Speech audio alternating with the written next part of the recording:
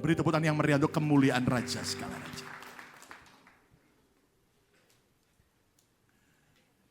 Ada begitu banyak film yang saya pernah saksikan. Tetapi saudara, tidak semua film itu berkesan. Ada sebuah film yang diproduksi dan sempat berputar di bioskop di Amerika sekian saat. Judulnya adalah God's Not Dead. Tuhan itu hidup, Tuhan tidak mati. Siapa percaya Tuhan kita? Tuhan yang hidup dan Tuhan yang dahsyat. Ayat tepuk tangan yang meriah untuk kemuliaan Raja segala Raja. So sekalian, di film itu dibuat oleh anak-anak Tuhan yang merupakan sebuah komitmen ketika mereka melihat kenyataan yang terjadi di berbagai state di Amerika. Ada begitu banyak orang-orang Kristen, baik para student maupun para mahasiswa Kristen, ketika mereka di sekolah atau di college atau di university di mana mereka belajar, ketika mereka berdoa, atau ketika mereka membawa Alkitab, membaca Alkitab, atau bahkan ketika mereka menceritakan Yesus kepada orang lain, berapa banyak mereka akhirnya mendapat sebuah perlakuan yang sangat menyedihkan. Berapa banyak yang akhirnya dibullying, berapa banyak yang akhirnya, saudaraku, yaitu mereka bakal dikucilkan, bahkan ada yang diancam dan dihukum oleh pihak sekolah. Akhirnya film God's Not Dead dibuat dengan latar belakang seperti itu oleh orang-orang Kristen. Dan ada begitu banyak angle view yang begitu menarik yang sudah bisa lihat dari film itu. Tetapi sesuatu yang sangat berkesan, sudah tahu bahwa ada seorang profesor ateis yang bernama Jeffrey Redison dalam film tersebut. Dan dia mengajarkan tentang ateis, dia mengajarkan tentang filosofi, saudaraku. Nah, ternyata akhirnya di kelas pertama, di mana semua siswa baru, mereka diberi kertas satu persatu, dan mereka diminta untuk menuliskan dengan besar-besar dengan bolpen di kertas itu, God is dead, Tuhan itu mati. Lalu mereka setiap siswa suruh tanda tangan di bawah daripada tulisan God is dead. Dan begitu banyak anak-anak yang akhirnya menulis, tapi ada satu mahasiswa Kristen yang bernama Josh. Dia menolak untuk menuliskan itu. Maka Profesor Redison bertanya, kenapa kamu tidak mau menulis? Karena saya percaya Tuhan hidup. Akhirnya dia diketawain oleh profesor ini. Dan Anda tahu, akhirnya saudaraku, Profesor Jeffrey memberi kesempatan kepada Josh ini. Aku beri 3 kali kesempatan. Di setiap kelas yang aku akan ajar, di menit-menit terakhir, 20 menit terakhir, kamu harus bisa menjelaskan, mencoba menceritakan, benarkah Tuhanmu hidup? Dan Anda tahu saudaraku, dikatakan oleh profesor ini, maka seluruh siswa yang lain akan menjadi jurinya. Nanti biar mereka menentukan apakah benar Tuhan itu hidup atau Tuhan itu mati. Dan singkatnya, dalam 3 kali kelas daripada Profesor Jeffrey Redison ini, saudaraku, Josh akhirnya mencoba menceritakan dan akhirnya dia cari daripada kelemahan teori evolusi Darwin. Ternyata di buku daripada Darwin yang tebal ada sebuah halaman yang menuliskan Darwin mengatakan 1 hari terjadi sebuah ledakan besar, maka terciptalah alam semesta ini. Maka akhirnya Josh mengkaitkan dengan kejadian fase pertama, ayat pertama dan kedua. Pada mulanya Allah menciptakan langit dan bumi. Dan singkatnya, akhirnya Profesor Jeffrey ini terdesak dan dia begitu marah. Lalu Josh ini menyudutkan profesor dan bertanya, kenapa kamu membenci Tuhan? Kenapa kamu membenci Tuhan? Dan tiba-tiba dalam kemarahannya, profesor berkata, karena Tuhan mengambil orang-orang yang saya cintai. Dan Anda tahu saudaraku, ternyata ketika dia masih kecil, ibunya adalah seorang Kristen yang cinta Tuhan. Tiba-tiba ibunya sakit kanker. Dan Josh yang kecil sudah berdoa supaya ibunya jangan sampai mati, harus disembuhkan. Dan ternyata sebelum ibu itu mati, dia tulis surat kepada Josh anaknya, supaya dia tetap cinta Tuhan. Karena Tuhan itu Tuhan Yesus yang luar biasa. Dan Anda tahu saudaraku, ketika ibunya mati, maka Profesor Jeffrey ini dia begitu kepahitan. Dia marah dengan Tuhan. Dia anggap Tuhan kejam. Dia anggap Tuhan diktator. Dia anggap Tuhan itu begitu, saudaraku, mengerikan seperti monster. Dan Anda tahu, saudaraku, akhirnya kelas itu yang menjadi juri. Akhirnya ditanya oleh siswa Kristen itu, Jos, menurut kalian semua, apa pendapat kalian? Tuhan mati atau tidak? Ternyata Anda tahu, satu persatu berdiri dan mereka teriak, God is not dead. Tuhan tidak mati. Bahkan akhirnya semua berdiri. Dan akhirnya begitu banyak siswa-siswa, termasuk dalam film itu, dalam siswa dari China juga percaya Yesus. Bahkan dari kelompok daripada Timur Tengah pun juga percaya Yesus. Benar-benar Tuhan Yesus hidup. Tepuk tangan yang meriah, kemuliaan nama Tuhan. Amin. Dan singkatnya, Profesor Jeffrey Redison yang menjadi ateis karena benci dengan Tuhan. Satu saat malam itu, dia mendapat kesempatan terakhir untuk kembali bertobat. Saat kapan? Saat dia nyebrang jalan, ditabrak mobil dalam keadaan sekarat. Dua pendeta mengatakan tentang kebaikan Yesus. Dia dituntun untuk terima Yesus. Dan setelah dia terima Yesus, akhirnya profesor itu meninggal. Nah, saudara sekalian, tahukah Anda, ada begitu banyak orang hari-hari ini mulai meragukan tentang kebaikan Tuhan. Tahukah saudara sekalian berapa banyak para orang tua yang akhirnya kesulitan menjawab ketika anak-anak saudara mulai meragukan tentang kebaikan Tuhan. Kenapa? Karena di sekolah-sekolah di Amerika diajarkan juga tentang humanisme, kebaikan manusia. Diajarkan juga tentang ateis, diajarkan juga banyak hal. Dan berapa banyak anak-anak kita mulai meragukan, benarkah Tuhan itu eksis? Benarkah Tuhan itu baik? Dan saudara sekalian, tahukah Anda bahwa strategi iblis dari awal sampai akhir selalu mencoba memutarbalikkan kebenaran dan membuat orang meragukan kebaikan Tuhan. Anda ingat di Taman Eden, apa yang iblis katakan pertama kepada Hawa dan Adam? Iblis berkata melalui ular, "Hei manusia, bukankah Tuhan berfirman, semua pohon di Taman Eden ini, buah-buahnya tidak boleh kau makan, bukan?" Anda tahu, sebuah kalimat provokasi dari iblis, yang kalau saya sederhanakan kalimat sekarang bilang begini, Adam Hawa, Tuhan kejam toh? Kamu diberitahu kan? Semua pohon-pohonan di Taman Eden ini buahnya tidak boleh kau makan. Tuhan jahat kan? Dan Anda tahu, Hawa akhirnya berkata, enggak kok. Tuhan ngomong bahwa semua pohon-pohonan di taman ini buahnya boleh aku makan. Kecuali pohon yang di tengah itu. Lalu kemudian Hawa berkata, karena kalau aku makan nanti aku akan mati. Tiba-tiba iblis mulai ngomong, kamu tahu enggak? Kalau kamu makan buah pohon pengetahuan baik dan jahat itu, kamu gak akan mati. Kamu akan jadi seperti Tuhan. Istilah bahasa sekarang, Tuhan itu egois.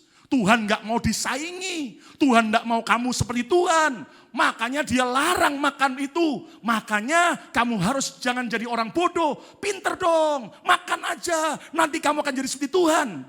Anda tahu, sebuah penyesatan dari iblis membuat manusia meragukan kebaikan Tuhan. Dan singkatnya, Adam dan Hawa makan buah itu. Dan Anda tahu, akibatnya mereka jatuh dalam dosa.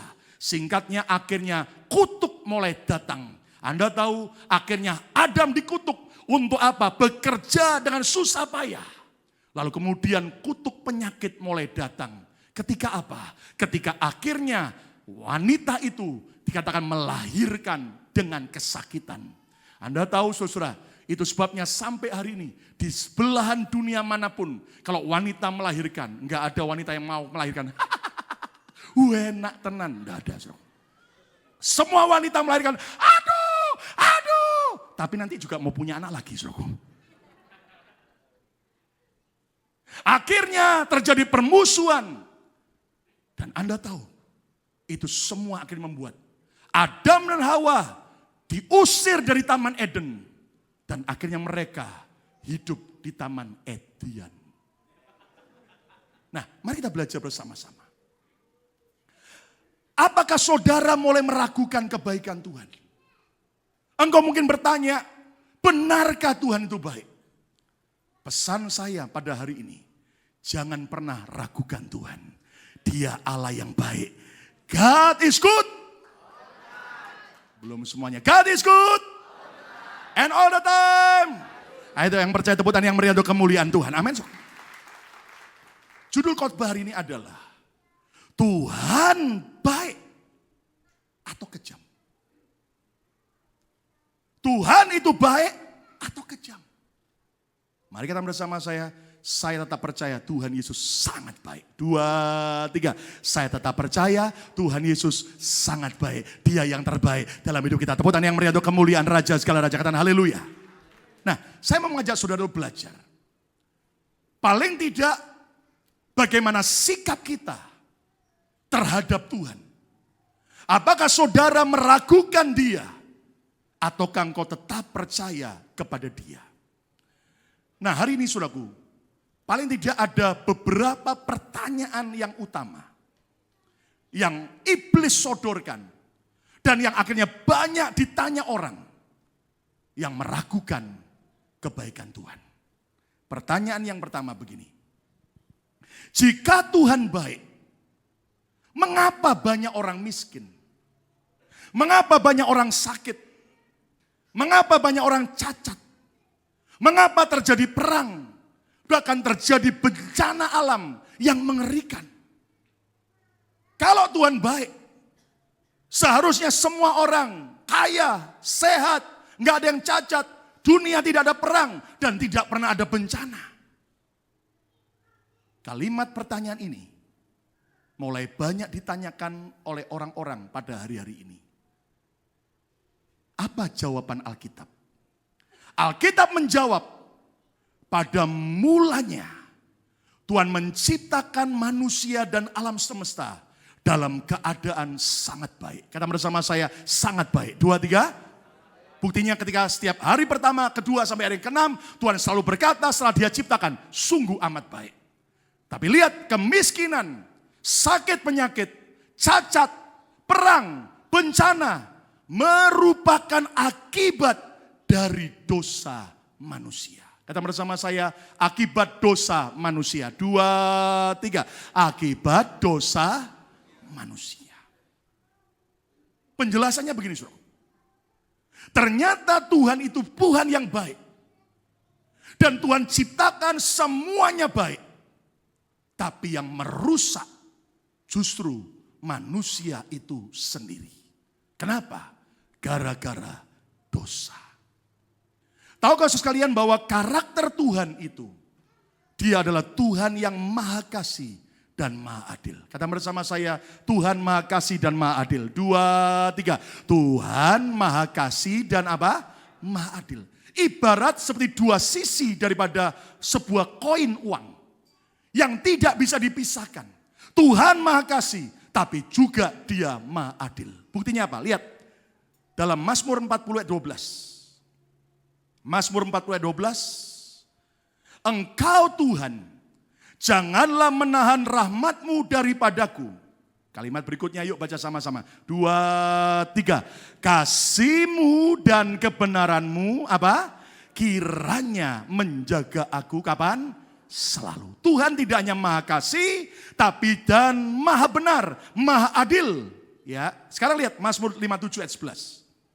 Sebab kasih setiamu besar sampai ke langit dan kebenaranmu sampai ke awan-awan. Dia bukan hanya Tuhan yang maha besar setianya dan cintanya, tapi Dia juga Tuhan yang hidup dalam kebenaran dan keadilan. Nah, dengar baik-baik, saudara. Tuhan yang maha kasih dan maha adil itu ternyata karena kasihnya dan karena keadilannya, maka Tuhan ciptakan manusia serupa dan segambar dengan Tuhan. Dan Tuhan ciptakan manusia dengan free will atau kehendak bebas. Kata bersama saya, free will. 2, 3. Free will atau kehendak bebas. Katakan amin. Kita diciptakan bukan kayak robot yang kemudian gak bisa memutuskan apapun juga, yang semuanya harus tergantung kontrol dan kendali dari Tuhan. Tidak.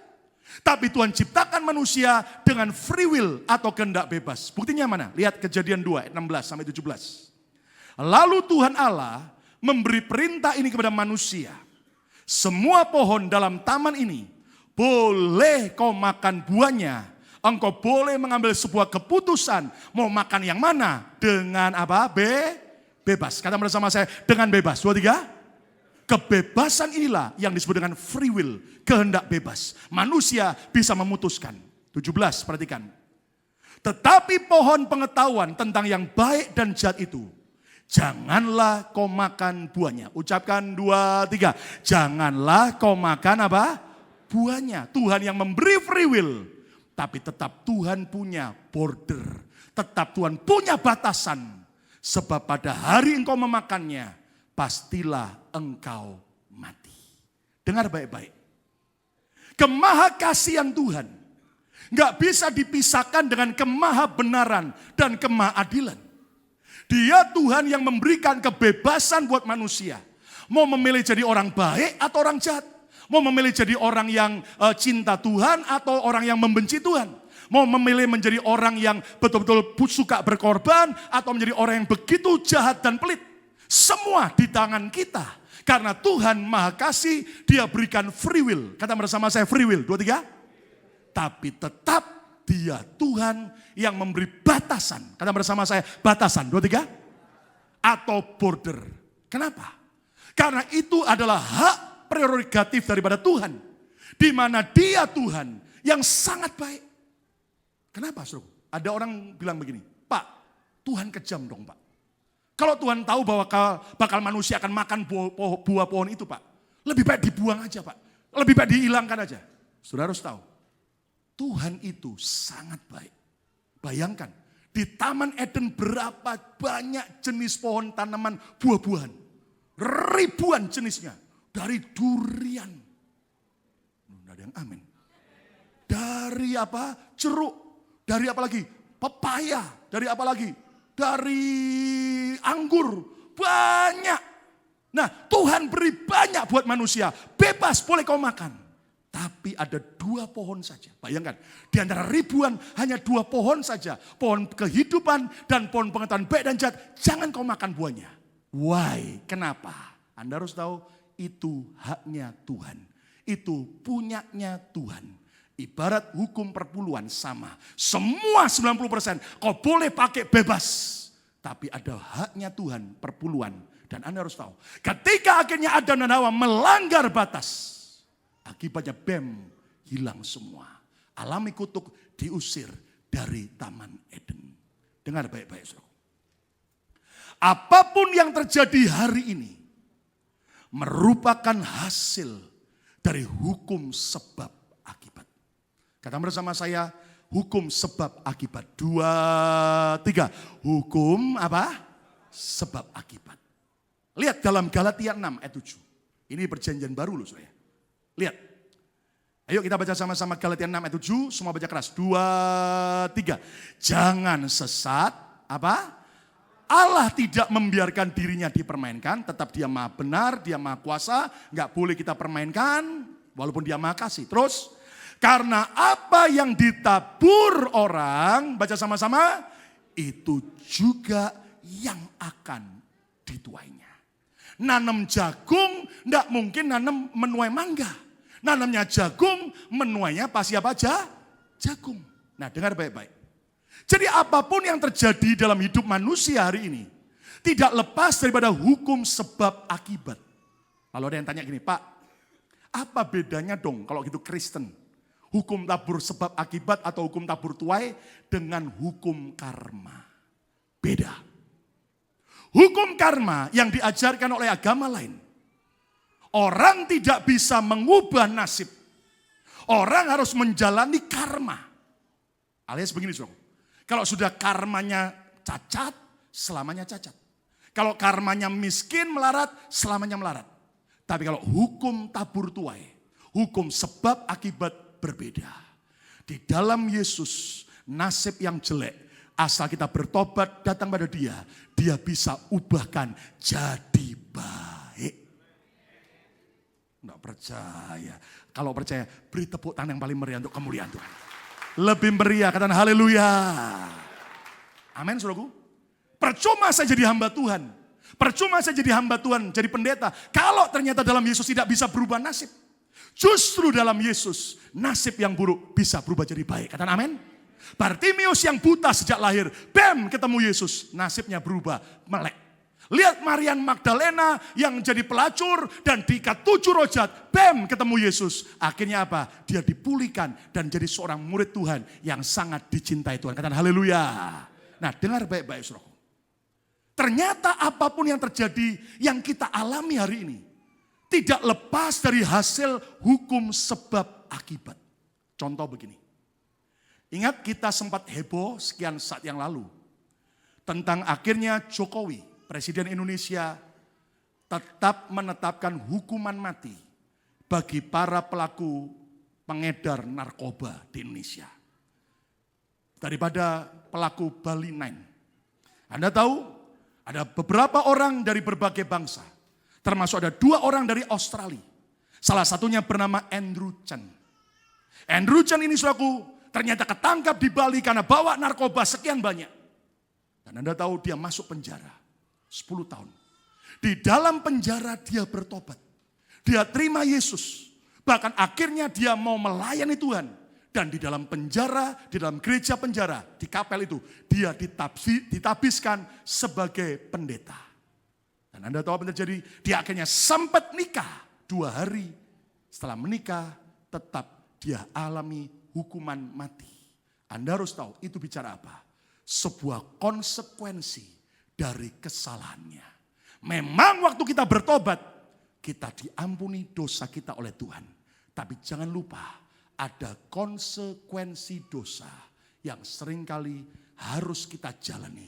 Tapi kalau kita terus merendah di hadapan Tuhan, percayalah Tuhan akan percepat dalam anugerahnya. Tepuk tangan yang meriah untuk kemuliaan nama Tuhan. Amin. Nah, Tuhan sudah melarang manusia untuk berbuat dosa. Tuhan tidak adil, Tuhan jahat kalau seandainya Tuhan tidak melarang. Tidak memberitahu, kalau kamu minum ini racun, kamu bakal mati. Ya kan? Nah, kalau Tuhan tidak melarang, tidak memberitahu, lalu manusia minum racun dan mati, itu berarti Tuhan tidak adil. Tuhan sudah beritahu, jangan kau makan buahnya. Lihat, Tuhan sudah melarang manusia berbuat dosa. Kenapa? Karena pelanggaran dosa pasti ada konsekuensinya.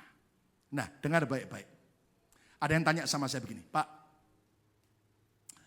kalau Tuhan baik, kenapa Tuhan izinkan Angelin umur 8 tahun di Bali? Diperkosa, di sex abuse, bahkan dibunuh, dan kemudian dikuburkan di belakang kandang ayam. Kalau Tuhan baik, pastinya Tuhan cegah dong.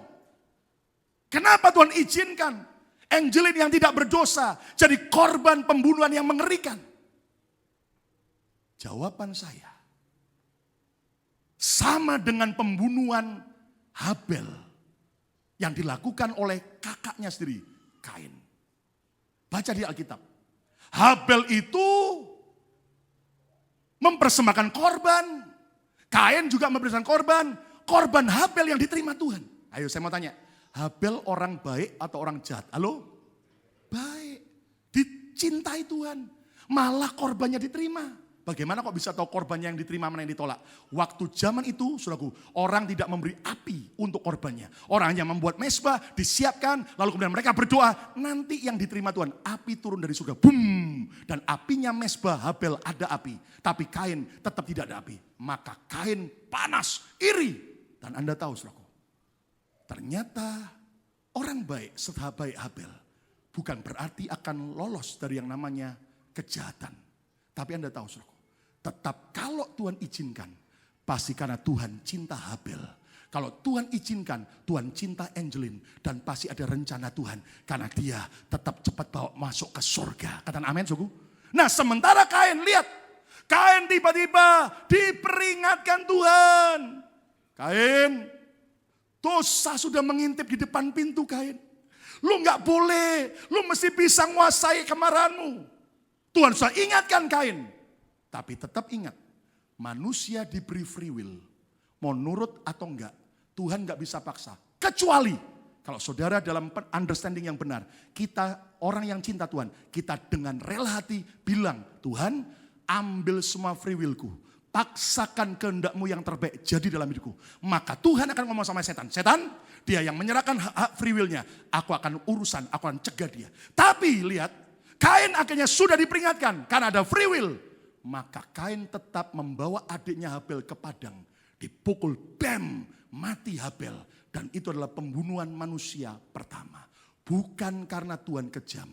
Tuhan baik, Tuhan sudah kasih peringatan. Nah, yang repot tuh begini saudaraku.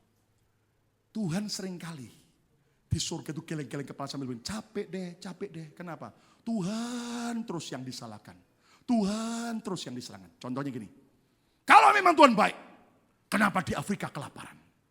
Saudara harus tahu, waktu Tuhan ciptakan seluruh bumi ini, termasuk Afrika. Afrika tanahnya subur atau tandus? Kok diam semua? Halo, subur atau tandus? Subur. Saya percaya pasti subur, pasti banyak hutan. Nah, kok jadi padang gurun? Kok jadi padang belantara? Akibat keserakan manusia, ditebang pohon, dan akibatnya hancur ekosistemnya. Kemudian tuh manusia nyalakan Tuhan. Tuhan, kenapa kok kering? Ya salahmu sendiri kata Tuhan. Kenapa? Sama halnya gini, saudara yang sudah tahu merokok itu ada racunnya namanya nikotin. Saudara harus tahu ya, begini aja logikanya. Saudara tahu di summer ini kan banyak orang bakar sate, barbecue. Loh iya apa ya? Loh iya apa ya? Ya toh? Daging sate sekuat-kuatnya diasapin terus lama-lama jadi apa? Angus, matang, gosong. Sehebat-hebatnya paru-paru seseorang. Sejak kecil diasapin terus. Dengan yang namanya merek ini. Anda tahu, bakal persoalan. Nah Anda ngerti ya, sekarang ini gini sob. Di Indonesia, bagi saudara yang sudah lama nggak pulang, saudara mungkin nggak tahu ini, tapi saya cerita. Saya ke Indomart, mau beli air minum, kaget. Waktu mau bayar, di belakang kasir, itu kan banyak rokok yang dijual. Saudara tahu nggak, sekarang ini di Indonesia, bungkus rokok itu semua diwajibkan pemerintah Indonesia, gambarnya apa? Bukan gambar warna biru lagi, warna hijau muda lagi, atau putih dan merah. Enggak. Gambarnya apa? Gambarnya leher bolong. Leher lubang karena kanker. Gambarnya lidah yang kena kanker. Gambarnya paru-paru yang hitam yang banyak kankernya. Jadi saya lihat, wah ngeri sekali gambarnya. Bahkan di gambarnya ada tulisan, jangan merokok. Sebab merokok mengakibatkan kanker, impotensi, dan sakit-sakit yang lain. Sudah gambarnya mengerikan dan ada peringatan, tetap. Lalu kemudian, tiba-tiba satu hari, periksa ke dokter, kanker. Terus bilang gini, Tuhan engkau kejam. Kenapa kok aku sakit kanker? Tuhan ngomong capek deh, lu yang merokok bukan gua, lu yang nyalain gua. Nangkep saudara? Orang judi misalnya. Gara-gara judi cap ensa. Cap sah. Lalu jatuh miskin, melarat, utangnya di mana-mana. Terus nyalakan Tuhan. Tuhan, katanya kau memberkati. Kenapa sekarang saya miskin, banyak utang di mana-mana? Tuhan kok kejam. Tuhan ngomong, nak, kamu yang naruh di nomor 8 nak. Bukan aku nak. Terus kamu kalah, kamu nyalain gua nak. Kata Tuhan, capek deh kata Tuhan. Saudaraku. Ada yang bilang ini, tapi Tuhan bukankah saya sudah berdoa minta penyertaanmu? Bahkan aku belajar peka dengan Tuhan dan tiba-tiba ada dorongan suara hati nomor 10. Semua gajiku sebulan aku taruh di nomor 10. Ya, tidak keluar. Kenapa kau izinkan aku kalah Tuhan? Lah salahnya sendiri.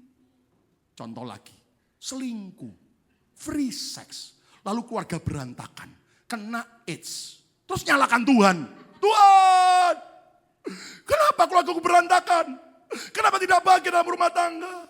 Tuhan ngomong, nak, lu yang selingkuh nak, bukan gua nak. Tanggung sendiri. Nangkap saudaraku? Nah seringkali saudaraku. Manusia minum racun maut. Lalu mati. Terus nyalakan Tuhan. Nah biasanya begini, dengar baik-baik. Karena orang tidak lihat Tuhan langsung. Cari sasaran yang kelihatan. Itulah pendeta gemuk yang ganteng ini. Yang berkacamata. Saya terima email dari teman yang dari Jepang.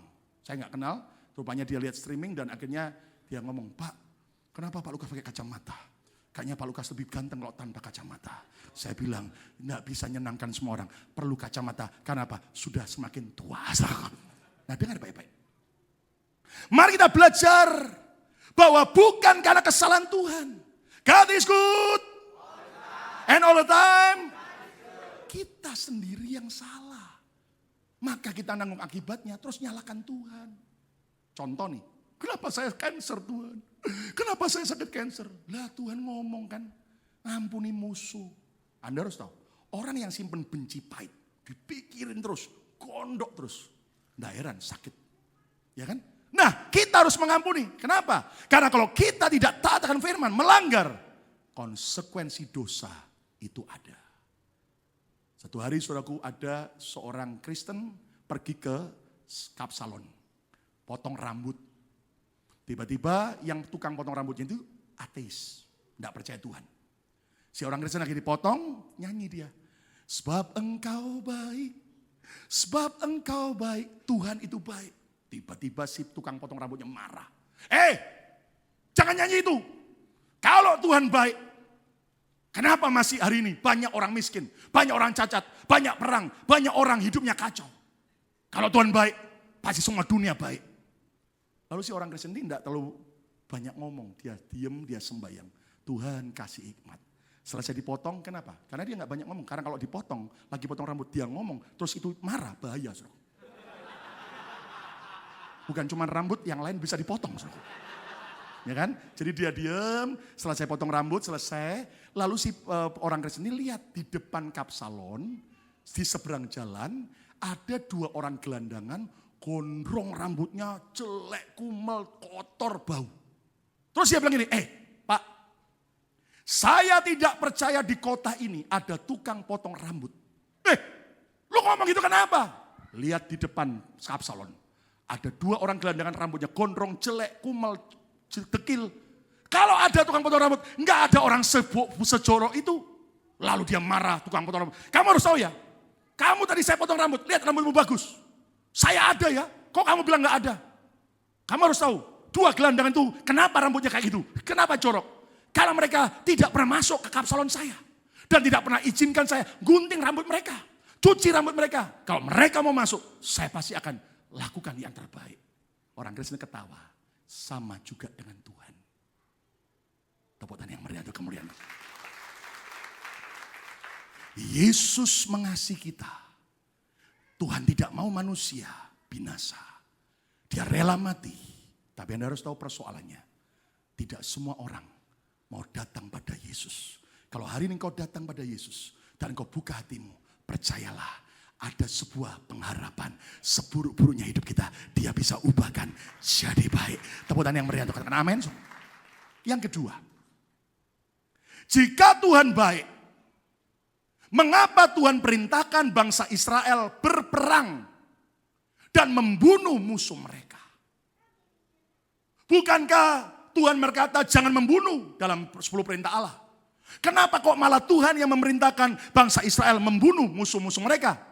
Tuhan kejam dong kalau begitu.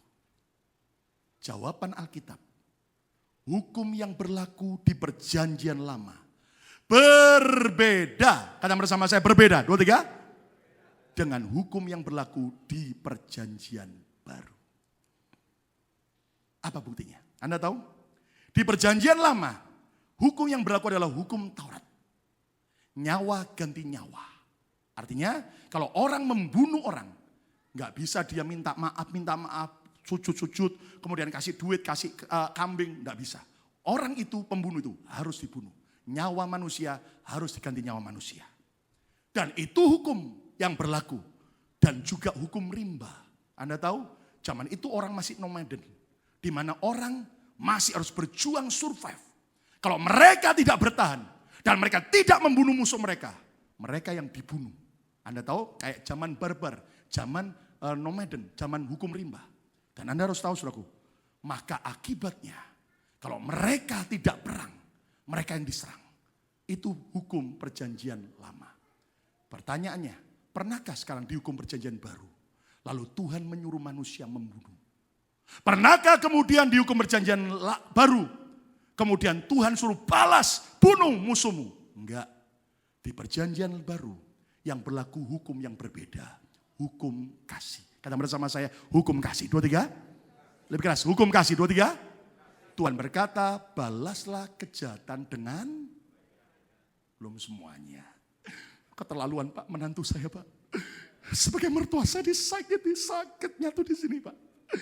Balaslah kejahatan dengan puji Tuhan. Ngampuni berapa kali? Oh enak sekali Pak. Suami saya pelit kayak begitu Pak. Suka nempeleng saya Pak. Ampuni 70 kali 7 kali. Oke Pak, 70 kali 7 kali saya ampuni Pak. Tapi saya racun dia Pak. Di perjanjian baru sampai hari Tuhan berkata, balaslah kejahatan dengan kebaikan. Yang berlaku hukum mengampuni. Jika ditempeleng pipi kanan, apa? Waduh, bonyok semua Pak. Percaya, kalau kau ditempeleng pipi kiri, engkau kasih pipi kananmu. Dan kalau dia terus tempeleng lagi, pipinya Tuhan yang kena. Kalau pipi Tuhan yang kena, Tuhan yang bela saudara. Orang Ambon bilang, sing ada lawan. Tepuk tangan yang meriah untuk kemuliaan nama Tuhan. Amin. Kata bersama saya, beda hukumnya. 2, 3, beda hukumnya. Contoh gini. Ayo. Saudara masih ingat, Amerika ini kan dulu terkenal dengan film koboi. Ya kan? Dan itu memang betul-betul pernah dialami negara ini. Masih zaman koboi, semua harus bawa pistol. Ya kan? Kenapa? Karena hukumnya hukum koboi. Kalau nggak bawa tembak, nggak bawa senjata, waktu pergi habis dibunuh, dirampok. Waktu itu akhirnya orang bawa senjata semua. Lu mau bunuh gua bunuh dulu. Itu hukum koboi. Sekarang Amerika yang sama, hukumnya udah berbeda. Saudara berani bawa pistol dan Anda naik kuda sambil kayak begitu jenggo lagi, masuk penjara. Saudara. Tahu kan? Beda hukumnya. Contoh lagi, zaman Presiden Bush sama Obama. Lihat, soal imigrasi juga hukumnya beda. Zaman Bush, kalau sudah ada pintu, orang Indonesia sering kali bahkan lompat dari jendela. Zaman Obama beda hukumnya. Tenang, buka, cepret, kiriman parcel. Iya. Kiriman apa? Makanan. Ya kan beda. Indonesia sama Amerika, hukumnya beda enggak? Beda. Kalau Indonesia nyetir mobil sebelah mana? Kanan. Jalur mobilnya kemana? Sebelah mana? Kanan atau kiri? Kalau di Indonesia? Kiri, ya kan? Di Amerika nyetir mobil sebelah mana? Kiri. Jalur mobilnya di mana? Kanan. Coba Anda bilang nih, saya namanya Kaptennya Rimbo. Dari Bangkalan. Kapten Rimbo tak terkalahkan. Anda sampai Amerika, Anda naik mobil, saya tidak mau jalur kanan. Saya mau jalur kiri, Anda nekat jalur kiri. Ayo, apa yang terjadi? Amsyong. Lalu jangan salahkan Tuhan. Kenapa? Beda hukumnya. Yang ketiga, jika Tuhan baik, mengapa neraka diciptakan? Kalau Tuhan baik, neraka buang aja, nggak ada manusia masuk neraka. Saudara harus tahu, jawaban Alkitab. Neraka diciptakan bukan untuk manusia. Tetapi untuk siapa? Iblis. Iblislah yang menyeret manusia ikut masuk ke dalam neraka. Rupanya setan tidak mau sepi. Cuman sesama setan.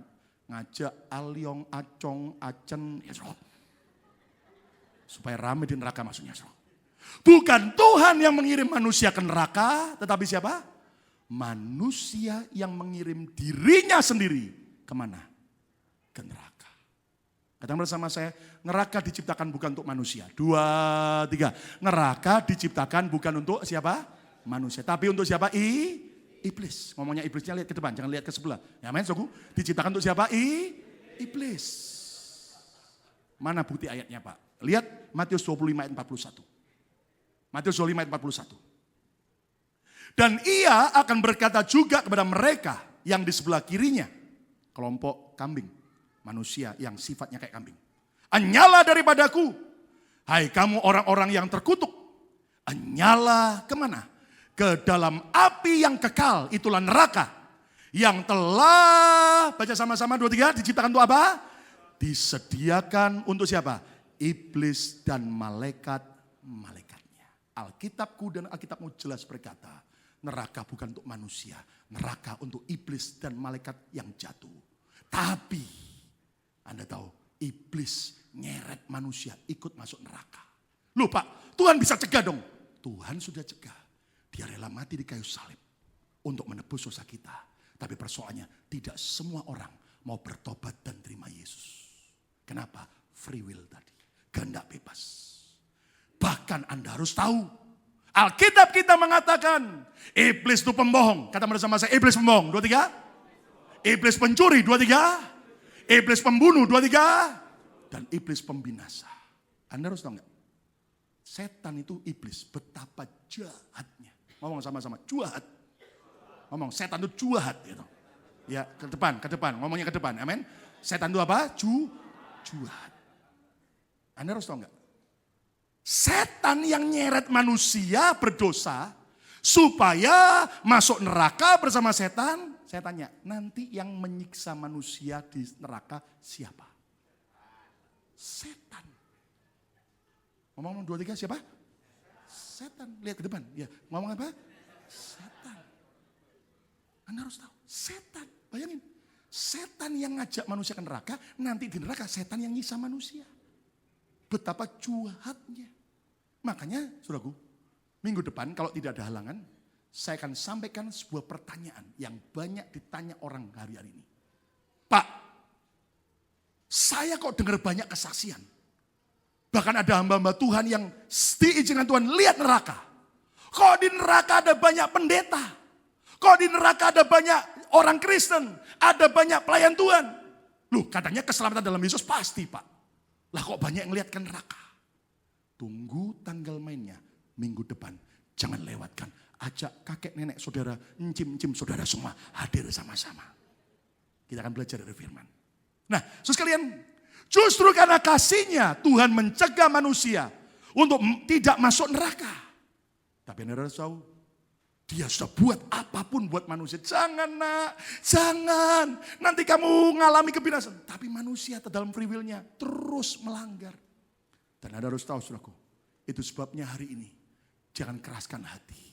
Saya berdoa biar kita bukan cuma ketemu di sini di gereja ini, tapi sama-sama kelak di surga yang mulia. Tepuk tangan yang meriah untuk kemuliaan nama Tuhan. Amin. Saya mau tanya buat saudaraku. Pemerintah membuat peraturan lalu lintas. Tujuannya apa? Mengekang kebebasan rakyatnya atau justru mengamankan dan menyelamatkan rakyatnya? Halo? Berapa banyak orang ngomong ini? Saya nggak mau diatur. Saya mau sebebas. Anda harus tahu. Kalau Anda lihat di lampu merah. Merah itu artinya apa? Merah lampunya artinya apa? Stop. Hijau artinya apa? Hijau artinya apa? Jalan. Kuning artinya apa? Tancap gas. Itu kalau orang Indonesia. Saya mau tanya ayo. Pemerintah membuat peraturan lalu lintas. Ingat, bukan karena pemerintah mau mengekang kebebasan kita.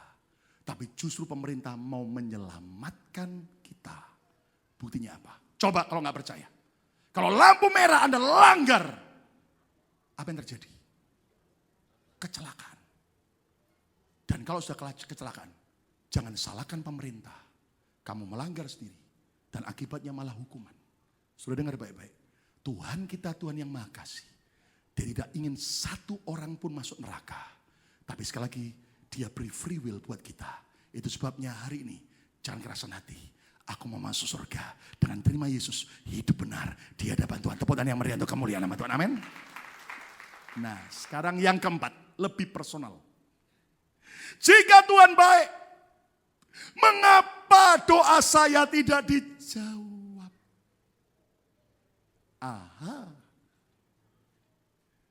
Mungkin saudara-saudara tadi yang pertama, kedua, ketiga, don't care Pak. Tapi yang ini Pak, memang benar-benar Pak.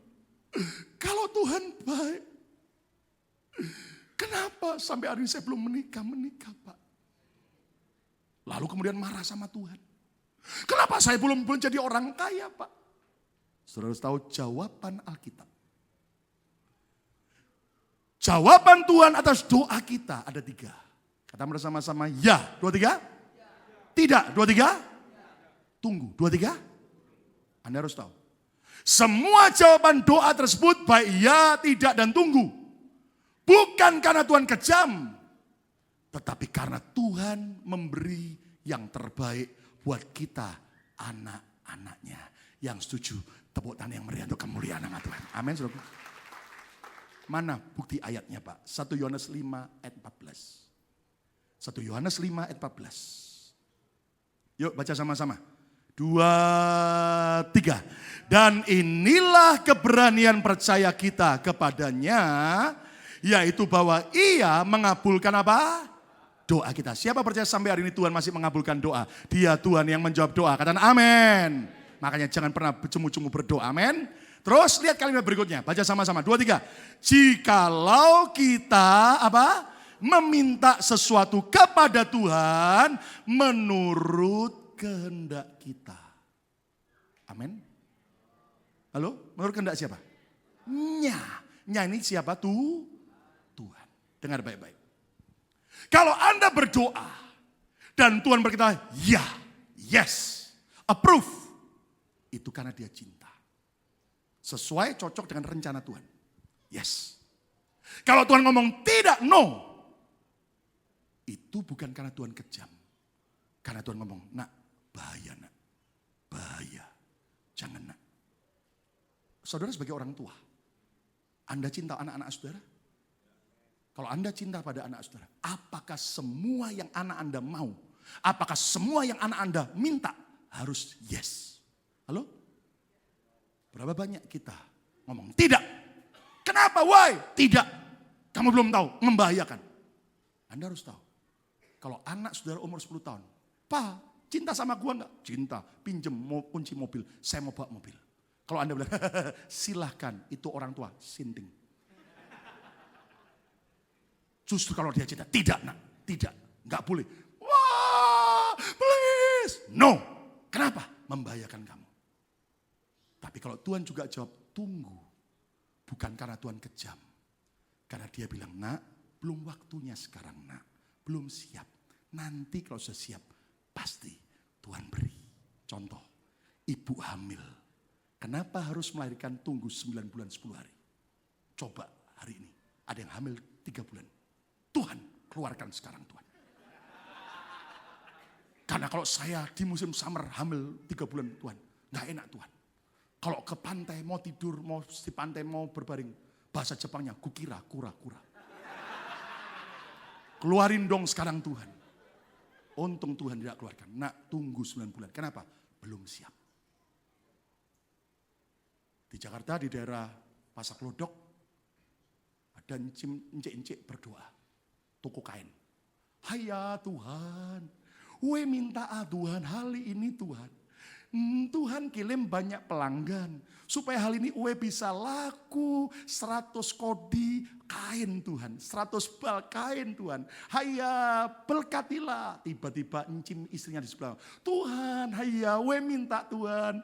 Jangan nih kabulkan doa suami Eke. Jangan nih kabulkan doa. Loh marah suaminya. Kamu ini gimana sih? Saya kan doa minta supaya laku 100 bal. Kok malah kamu bilang tidak boleh? Haya Tuhan. Jangan kabulkan 100 bal Tuhan. Karena kalau nanti dia dikabulkan 100 bal Tuhan, dia kawin lagi Tuhan. Tuhan tahu yang terbaik. Saya bersyukur ada banyak doa saya yang Tuhan ngomong yes, approve. Tapi saya juga bersyukur ada banyak doa saya Tuhan ngomong no. Saya tidak pernah kecewa. Saya belajar percaya dia tahu yang terbaik. Dan dia beri yang terbaik. Yang setuju, tepuk tangan yang meriah untuk kemuliaan. Salah satu doa saya yang Tuhan ngomong tidak. untung tidak dituruti. Dulu waktu saya remaja, pernah doa, Tuhan, kalau besar pingin jadi tentara.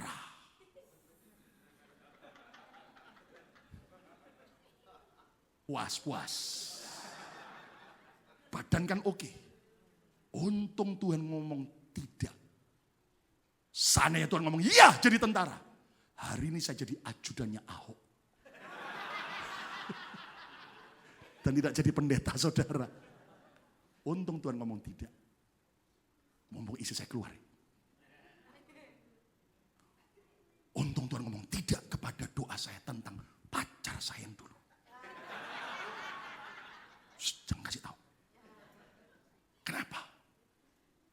Saya baru sadar waktu Tuhan ngomong tidak. Ketika saya doa, Tuhan, dia yang terbaik. Pasti dia jodohku Tuhan. Jodohkanlah kami Tuhan. Kalaupun bukan jodoh Tuhan, jodohkanlah kami Tuhan. Kalau dia pun jodohnya orang lain Tuhan, buat orang lain punya jodoh yang lain. Dan jodohkan dia padaku Tuhan. Tapi untung Tuhan ngomong tidak. Why? Karena saya baru sadar, saudaraku. Tuhan kasih yang terbaik. Saya baru merenungkan dulu pacar saya. Judesnya minta ampun. Bayangin kalau itu jadi isi saya. Saudara punya ibu gembala, judesnya bukan main. Tuhan baik buat saya dan saudara juga. Tuhan kasih no kepada pacar yang dulu. Dan Tuhan ngomong yes, Tuhan kasih istri yang terbaik. Supaya Anda punya ibu gembala yang baik juga. Tepuk tangan yang meriah untuk kemuliaan Tuhan. Jangan ngomong-ngomong, amin saudara. Coba seandainya, apapun yang Anda minta, Tuhan ngomong yes, yes, yes, yes. Tambah baik atau tambah berantakan? Pernah lihat film Bruce Almighty? Jim Carrey? Dia diberi kesempatan Tuhan, jadi Tuhan. Bisa jalan di atas air, yeay, kayak Yesus. Lalu kemudian dia dengar doa semua orang di dunia. Daripada dia pusing, dia bilang, yes, yes, yes, yes, yes, yes, yes. Dunia tambah kacau, men. Semua yang doa minta, lotre menang, menang semua. Orang yang minta istrinya orang lain, dapat semua. Rusak dunia. Justru waktu Tuhan ngomong tidak, tunggu. Bukan karena dia kejam, dia sediakan yang terbaik buat saudara dan saya. Tepuk tangan yang meriah, katakan amin. Yang kelima, yang terakhir. Jika Tuhan baik, mengapa saya mengalami problem? Mengapa saya masih mengalami kegagalan? Mengapa hidup saya susah? Jawaban Alkitab. Tuhan tidak pernah berjanji anak-anaknya akan hidup tanpa problem dan kegagalan. Tetapi Tuhan berjanji menyertai. Ucapan bersama saya, menyertai. 2, 3. Menguatkan. 2, 3. Serta memberi jalan keluar bagi setiap problem dan kegagalan yang kita alami. Berapa banyak orang punya teologi yang kacau. Ikut Yesus. Tidak ada persoalan lagi. Semua tinggal melangkah, bim, terbuka, blank. Bim, blank. Itu kalau Anda ke mall. Pintunya otomatis. Siapa yang janji? Kalau engkau ikut Yesus gak ada persoalan. Saya buktikan 3 ayat yang terakhir. Lihat di dalam Mazmur 34 ayat 20. Yuk baca sama-sama. 2, 3. Kemalangan orang jahat banyak. Hah? Halo? Oh ini baik-baik semua. Saya enggak berani ngomong. Ayo baca sama-sama. 2, 3. Kemalangan orang benar apa? My God. Saya kan enggak lahir di kota Malang, Pak. Kenapa malangnya banyak? Saya kan lahir di kota Kudus, Pak. Iya, Kudusnya banyak, tapi malangnya juga. Tapi lihat, tetapi Tuhan, baca sama-sama apa? Melepaskan dia. Bukan meluputkan, melepaskan. Artinya gini, Tuhan izinkan enggak untuk kita ngalami? Halo, ngalami kawan? Tuhan izinkan enggak? Ya, tapi Tuhan janji, dia melepaskan kita. Artinya dia buat kita jadi pemenang. Tepuk tangan yang meriah untuk kemuliaan nama Tuhan. Jadi orang benar bukan berarti nggak ada yang kena persoalan, nggak pernah kena musibah. Beberapa teman ngomong saya, Pak, kenapa korban SYR yang dari Surabaya menuju Singapura, sebagian besar orang Kristen, orang baik-baik, kok malah pesawatnya jatuh? Saudara harus tahu, kemalangan orang benar banyak, tapi Tuhan izinkan karena Tuhan tahu yang terbaik. Katakan amin, suku. Ya kan? Ayat berikutnya lagi. Baca sama-sama yuk. 2, 3. Sebab 7 kali orang jahat jatuh. Hah? Loha? Loha lo. 7 kali orang siapa? Benar jatuh. Namun ia apa? Bangun kembali. Artinya gini, orang benar juga bisa gagal. Bisa jatuh. Tapi Tuhan janji, apabila ia jatuh, ia tidak sampai tergeletak. Sebab tanganku menopang, mengangkat dia kembali. Tepuk tangan yang meriah. Amin. Nah, ini ayat yang terakhir. Pasang seat belt supaya tidak kaget. Ayat yang terakhir, Filipi 1 ayat 29. Baca sama-sama. 2, 3. Sebab kepada kamu, kepada siapa? Pada jemaat Filipi, kepada semua kita orang percaya Yesus, yang percaya Yesus. Dikaruniakan bukan saja untuk percaya kepada Kristus, melainkan apa? Nggak berani ngomong. Melainkan apa? Juga untuk menderita untuk Yesus. Yesus berkata, barang siapa ikut aku, sangkal diri, pikul salib tiap hari. Kata salib bicara apa? Suffering. Salib bicara apa? Tantangan dan pergumulan. Ikut Yesus bukan berarti bebas dari semua. Ikut Yesus tetap Tuhan izinkan. Tapi di balik masalah ada emas dari Allah. Di balik masalah ada berkat yang besar. Blessing in disguise. Allah turut bekerja dalam segala perkara untuk mendatangkan apa? Tepuk tangan yang meriah untuk kemuliaan nama Tuhan. Amin. Nah, kita lihat apa sih penyebab problem dan kegagalan? Bisa akibat kutuk keturunan. Ada hal yang dilakukan oleh nenek moyang kita yang membuat sampai terjadi kutuk keturunan, termasuk penyembahan berhala. Anda tahu apa yang saudara lakukan? Kalau tiba-tiba ekonomi parah terus, ada banyak yang mengalami penyakit, itu semua kutuk, saudara. Anda harus tahu, putuskan dengan kuasa salib Kristus. Masuk dalam doa pelepasan. Minta Tuhan bebaskan sungguh-sungguh. Dan Tuhan bisa ubah kutuk jadi berkat. Kata amin. Yang berikutnya, akibat dosa dan kesalahan kita. Solusinya apa? Bertobat dan berubah. Yang berikutnya, ada yang gara-gara akibat kebodohan kita. Solusinya apa? Belajar berhikmat. Contohnya, mau buka restoran. Tapi masak nggak bisa. Masak air saja angus. Buka restoran nggak tahu regulationnya, peraturannya, law-nya kayak apa nggak tahu. Anda harus tahu. Tiba-tiba nyemplung ke bisnis restoran. Ya, kemudian gagal, terus nyalakan Tuhan, kecewa sama. No. Tuhan ngomong belajar berhikmat, nak. Katakan amin. Saya diceritain, saudara. Contoh nih di Indonesia. Orang kalau masuk dalam bisnis kaos saja, jual kaos, t-shirt.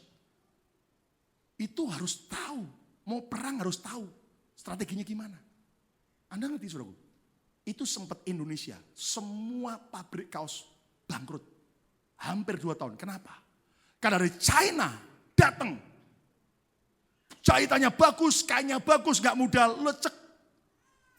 Bahkan ada gambarnya keren. Sampai Indonesia cuman dijual Rp40.000. Di Indonesia bahan bakunya katun yang bagus saja baru 40.000. Belum diapa-apakan. Gimana bisa bersaing dengan China? 2 tahun habis. Tapi Anda tahu ada orang belajar ke China. Selidiki, kenapa sih ini?